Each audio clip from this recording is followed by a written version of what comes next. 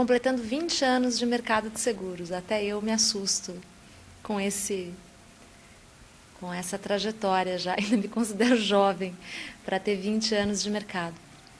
Eu entrei no mercado por força do meu pai. Eu estava no primeiro ano de faculdade, quando o meu pai, que tem uma trajetória já de mais de 50 anos de seguro, era um advogado interno, do jurídico interno de seguradoras. Naquele momento, as próprias seguradoras tinham o seu jurídico interno e faziam todas as ações judiciais de cada empresa. Começou um processo de terceirização na década de 90. E em 92 para 93, ele abriu o escritório. Ele era então advogado da IOSP Seguradora, que tinha acabado de ser adquirida pela Sul América, e abriu então o escritório para atender especificamente aquela seguradora. Eu estava no segundo ano de faculdade e o meu pai pediu então para que eu fosse ajudá-lo, né? Fui ser estagiária do meu pai em 1993. Na verdade, em 92 eu já trabalhava com ele, mas assim, informalmente, em alguns casinhos, meio período, primeiro ano, né, 18 anos. E no segundo ano, então, ele abriu formalmente o escritório e eu fui ter o meu primeiro contato ali com diversas ações de seguro. A gente fazia todas as ações judiciais de todos os produtos da Sul América, fazia também o ressarcimento. Então, eu tive de cara a chance de ter acesso a todos os produtos, a todos os sinistros, a todos os casos do residencial, empresarial, saúde, automóvel, muito automóvel, RCF, naquela época, os produtos que existiam naquele momento. E tive ainda o privilégio de, pelo fato do meu pai ter saído como funcionário da Sul América e ser um consultor, ele permaneceu por consultor por muito tempo, eu vivia dentro da seguradora, né? Porque eu tinha que ir lá pegar os dossiês de sinistro, então eu conversava com o pessoal de sinistro, mas daí eu tinha uma dúvida sobre um produto, eu ia conversar com o pessoal de underwriting, não entendia a parte de resseguro, porque tinha que chamar o IRB, né? A gente estava vivendo um momento do monopólio, conversava com o pessoal do IRB. Então eu acabei tendo uma possibilidade também de estar dentro da seguradora desde o início, desde esse meu ingresso no mundo jurídico e no mundo de seguro, que aconteceu ao mesmo tempo. E aos poucos eu fui me apaixonando pela matéria e nunca mais saí. Na verdade, acho que eu nunca cogitei sair. Eu sou uma grande entusiasta do seguro. E com o passar do tempo também eu comecei, à medida que, claro, eu fui me desenvolvendo no escritório como advogada. Na minha faculdade todo mundo me conhece, assim, desde sempre eu sou da área de seguro, então até hoje pessoas que não me veem há 10, 15 anos, né, lembram que desde aquela época de faculdade eu já era a pessoa que falava de seguro dentro da faculdade. Depois eu fiz uma, não é um MBA, uma educação continuada, o primeiro curso que teve da GV sobre a matéria. E depois concluí o meu mestrado no ano passado em Direito Civil e, obviamente, escrevi sobre o contrato de seguro. A minha dissertação de mestrado foi sobre o interesse segurável. E até na banca, que o meu orientador foi o professor Alcides Tomazetti, um grande civilista, né, e um dos poucos professores que efetivamente aceitou o meu projeto de estudo, né? Meu projeto de dissertação. Para você entrar no mestrado, você tem uma série de provas, mas tem um determinado momento que você tem que ter um orientador que aceite o teu projeto, que se apaixone por aquele projeto. E foi um dos poucos professores dentro da USP que se entusiasmou pelo contrato de seguro. Nós temos pouquíssimos professores dentro da universidade que conhecem seguro, né? Além do Tomazetti. Nós temos a Vera Helena de Melo Franco, Direito Comercial, que estava na minha banca também. E daí eu vejo assim como ainda apesar da importância inacreditável desse mercado que viabiliza a nossa sociedade moderna, como ele ainda é pouco estudado e pouco conhecido dentro da sociedade como um todo, como um espelho da própria sociedade, da universidade, né, de todos os mercados. E eu estou, então, aí há 20 anos com um escritório muito especializado na área de seguros e resseguros, é nisso que nós somos conhecidos. Hoje a gente já atua internacionalmente, o escritório se desenvolveu na área internacional, a gente tem uma parceria internacional com o segundo maior escritório de seguros do Reino Unido. Daí acho que junto com esse movimento brasileiro, né, onde a gente teve a abertura do mercado em 2006, do mercado de resseguro, com todas essas empresas resseguradoras, o meu escritório e toda a sociedade fizeram também esse movimento de abertura. Enfim, então acho que, em resumo, essa é a minha trajetória aí de 92 a 2012 no mercado de seguros. Olha, eu acho que o mercado ele mudou de uma forma gigantesca e muito positiva. Eu entrei no mercado, né? Eu entrei em 92, 93. A gente ainda estava no auge da inflação, né? A gente ainda vivia aquela inflação galopante de 2 dígitos. O Plano Real, ele foi em 94, eu acho que foi em 1994. Né, que nós tivemos o Plano Real e a estabilização da moeda. Eu peguei todas as apólices ainda indexadas. A gente tinha apólice indexada, porque era impossível você... no intercurso de um ano do período de vigência, a moeda já tinha perdido tanto seu valor, que era, se você não tivesse uma indexação, você nunca iria remunerar adequadamente aquele sinistro. Então, no momento em que... E daí eu lembro que nós tínhamos vários casos de previdência privada que eram vergonhosos, porque a pessoa tinha contribuído ao longo de um determinado tempo para receber uma remuneração ínfima, né? Então, era um momento de descrédito máximo da moeda, um descrédito do sistema financeiro como um todo e, consequentemente, um grande descrédito do próprio seguro, até porque não existia naquele momento um pensamento de investimento, de economia, de poupança de longo prazo, já que a nossa economia não permitia isso. Então, no momento, a partir da estabilização da moeda, isso culminou com uma série de outras coisas. Em 1990, a gente teve o Código de Defesa do Consumidor.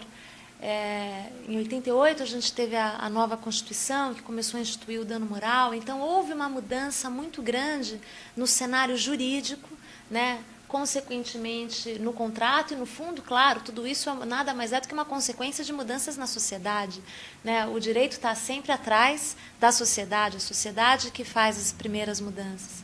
Então, eu já vi uma mudança de produtos, né, muito clara no momento da estabilização da moeda, e começa a ter uma mudança, então, do perfil de consumidor, né? E o seguro começa, então, a ter uma outra participação no mercado. Eu lembro que a gente tinha menos de 1% do PIB e, rapidamente, eu não me lembro exatamente, mas acho que em 96, a gente já tinha 2% do PIB, quer dizer, o seguro dobrou a sua participação no PIB num percurso de tempo muito curto, e eu acho que hoje ele não se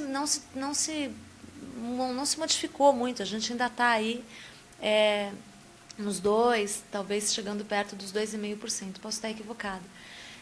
Mas você vê como isso foi um passo essencial para essa disseminação do mercado. Então, esse acho que foi uma grande mudança. Daí, posteriormente, a gente teve uma série de novos produtos, a parte de previdência, o seguro de pessoas, né, tomou uma outra proporção. A SUSEP, nesse momento teve a criação posterior da ANS, houve uma mudança dos agentes reguladores. E, por fim, eu acho que foi o grande diferencial do mercado quando a gente teve, em 2006, o fim do monopólio do IRB e a abertura do mercado de resseguro. Nós participamos de toda a discussão anterior que teve, em 1999 para 2000, já se iniciou a discussão da privatização do IRB, quando ainda no governo do Fernando Henrique o IRB entrou no plano de privatização. Por conta da ação direta de inconstitucionalidade, isso não aconteceu, mas aconteceu dentro como uma sociedade de economia mista. E hoje a gente passa de um mercado altamente complexo, né, dentro do resseguro e do ponto de vista de produtos, porque com toda essa modernização, e acho que com tudo isso, meu Deus, eu comecei no escritório, eu levei o computador para o meu escritório. Quando eu entrei no meu escritório, meu pai só usava máquina de escrever. Eu lembro que eu levei um 386 e já foi assim o DOS, né? Depois com internet, depois com toda essa tecnologia e com todos os produtos que vieram fazer frente a essa nova tecnologia, há um incremento da responsabilização, né? Hoje a responsabilidade civil tem um outro alcance na sociedade. Nós vivemos numa era da responsabilização, todas as responsabilidades profissionais, a responsabilidade dos diretores e conselheiros, né? E daí, junto com tudo isso, o seguro de responsabilidade também teve um crescimento gigantesco, né? Não só, na época a gente tinha o RCF, o seguro de automóvel. Então, os produtos todos se aprimoraram, estão crescendo.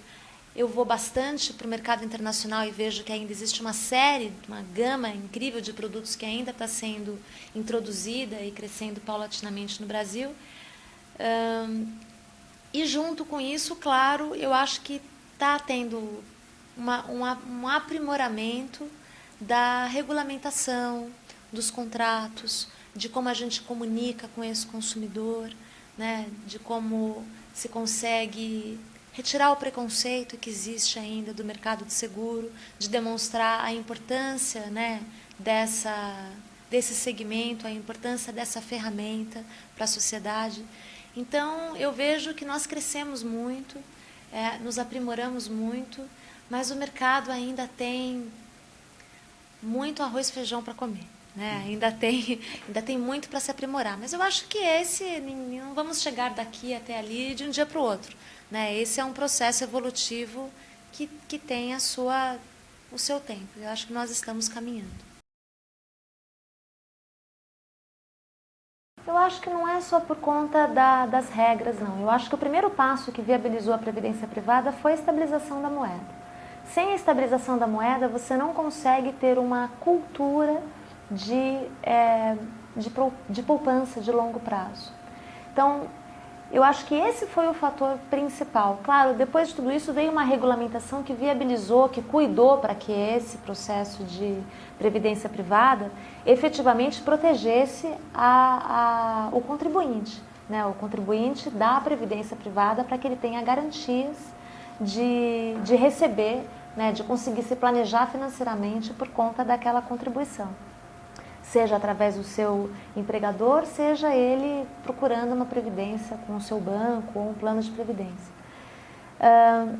Mas ainda eu acho que nós temos um problema cultural no Brasil. Né? Então, acho que mesmo a previdência privada, e acho que o seguro anda muito junto com isso, porque você fazer um contrato de seguro exige que você perceba o seu processo, o risco em que você está inserido. Né? Então, o fato de que você vai envelhecer, o fato de que você não vai conseguir manter a mesma capacidade de trabalho, o mesmo padrão de vida ao longo do tempo, o fato de que você pode vir a sofrer um acidente, como é que você deixa a sua família, como é que a sua empresa se organiza, qual que é a sua responsabilidade perante os seus clientes, qual que é a sua responsabilidade perante os seus funcionários.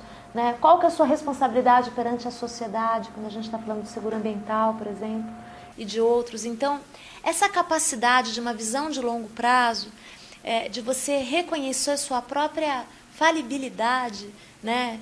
Então, fazer um seguro de responsabilidade civil, eu tenho um seguro de responsabilidade civil profissional no meu escritório há mais de 10 anos, porque a gente advoga no mercado internacional. Eu não consigo advogar no mercado internacional sem ter um seguro.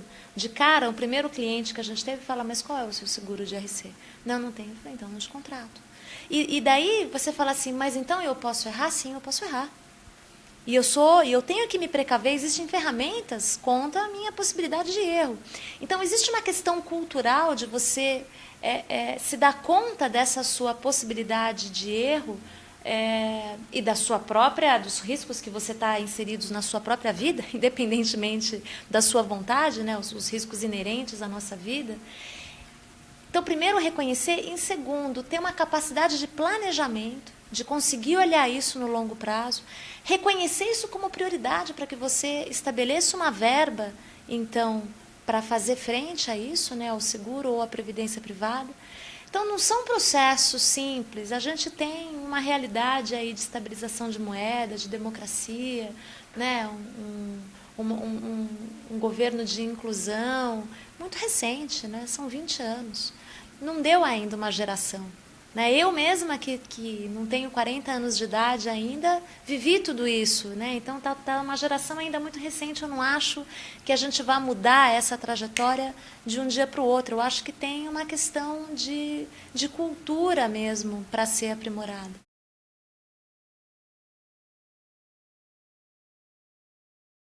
Eu acho que nós temos uma missão importante, nós do mercado de seguro.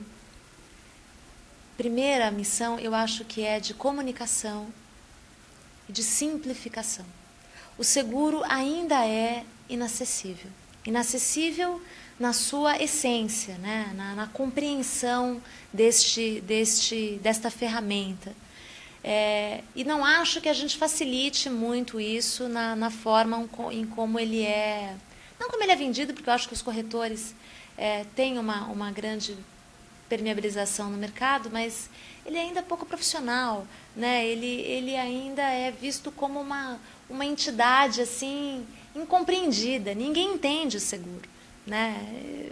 Então, a hora que dá um sinistro, as pessoas têm um pânico, elas não necessariamente confiam ainda na sua seguradora, ainda existe um ranço do mercado muito grande, a gente percebe isso com clareza no judiciário, né? De um judiciário ainda bastante refratário à seguradora, né, aos movimentos da seguradora, por vezes com razão, porque eu acho que tem um aprendizado do mercado mesmo em lidar com o consumidor, e por outras vezes de uma maneira completamente por falta de conhecimento, né, por falta de conhecimento desse mercado. Então, o que eu espero é que o mercado amadureça e perceba essa nova sociedade. Né? A gente está numa sociedade altamente tecnológica hoje, o jovem ele quer ter rapidez e simplicidade, né? Ele quer ter que as mensagens sejam muito claras e muito transparentes. A gente vive numa era também de maior transparência e de muito respeito a esse consumidor, de você efetivamente compreender esse consumidor. E isso só vai ser feito a partir do mercado. Né? Claro que o consumidor já vem demandando isso, mas cabe ao mercado, então, aprender a se comunicar e a simplificar a sua forma de contratação. A gente precisa da SUSEP para isso também. A SUSEP, infelizmente, ainda que seja com a melhor das intenções de proteger o consumidor, a SUSEP ainda impõe uma quantidade de cláusulas tão absurda e tão complexas que ela acaba ajudando invariavelmente a deixar o contrato ainda mais pesado, ainda mais complicado e às vezes até mais ininteligível, porque não necessariamente a redação de cláusula que ela tem é a melhor. Aliás, nós somos um dos poucos países do mundo em que o órgão regulador redige cláusulas para o mercado privado. Eu não sei até que ponto isso é bom, né? Não nesse nível de intervencionismo, acho que há outras formas de você regular e manter o equilíbrio do mercado. Então, eu acho que tem um aprendizado aí do mercado que precisa aprender a se comunicar e há um aprendizado também do Estado, né, no sentido de como intervir nesse mercado de uma forma mais positiva, né, e não numa forma que acaba gerando um atraso, né.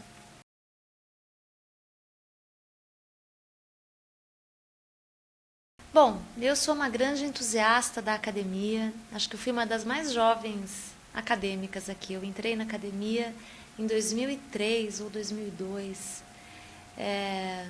Fui apadrinhada pelo Homero Minhoto, pela Maria Amélia. E não conhecia, assim, fui até pelo Nelson Paf. E muito jovem ainda, né? 2002, eu estava com quanto tempo de formada? 5 anos, 6 anos, ainda bastante jovem no mercado. E aos poucos que eu fui conhecendo mais o trabalho da academia, no sentido de justamente gerar, fomentar essa cultura do seguro que nós estamos falando, de ser um órgão absolutamente essencial para que as pessoas, não só o mercado, né? Porque às vezes o mercado fala para si mesmo, né? A gente vê eventos em que o mercado está falando para o mercado, mas que a gente tem uma cultura securitária como um todo, que isso não fique apenas entre nós, securitários. E a academia tem um papel de altíssima relevância por ser um órgão que não tem dono, que não tem cara.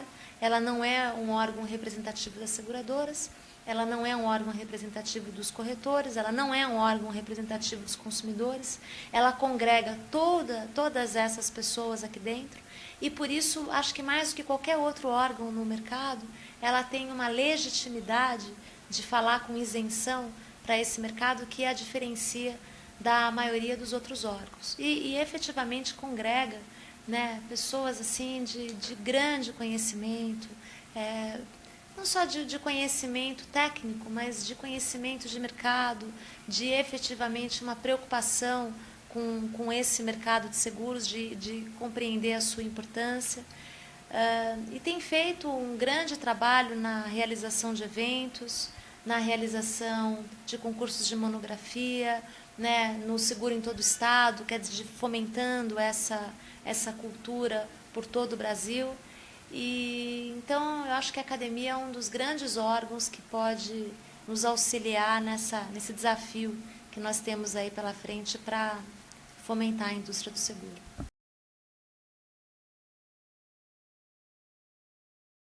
O seguro tem uma importância inacreditável, né? Se você não tem seguro, você não tem nada. Nós temos aí Copa do Mundo e Olimpíadas, né?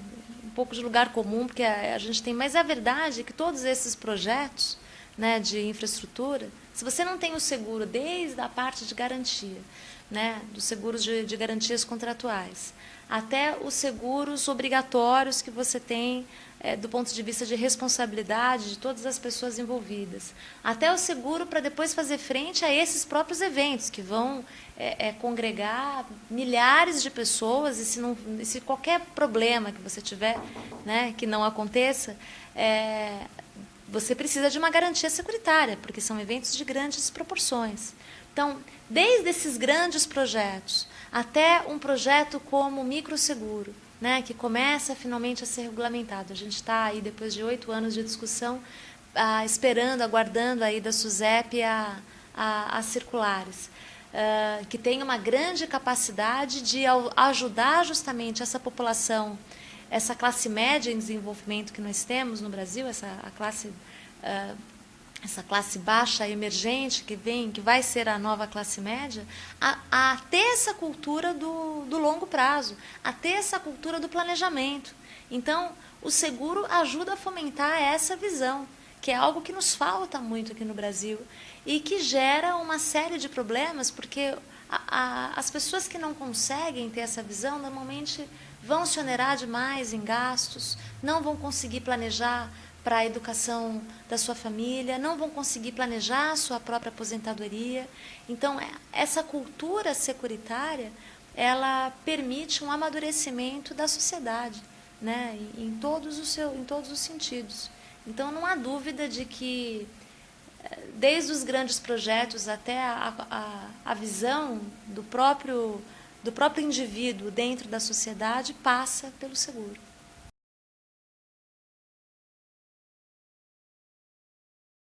Bom, para o jovem executivo, estude, né? O mercado de seguros tem as suas peculiaridades, não é um mercado como qualquer outro, daí também a sua dificuldade, muitas vezes, de compreensão.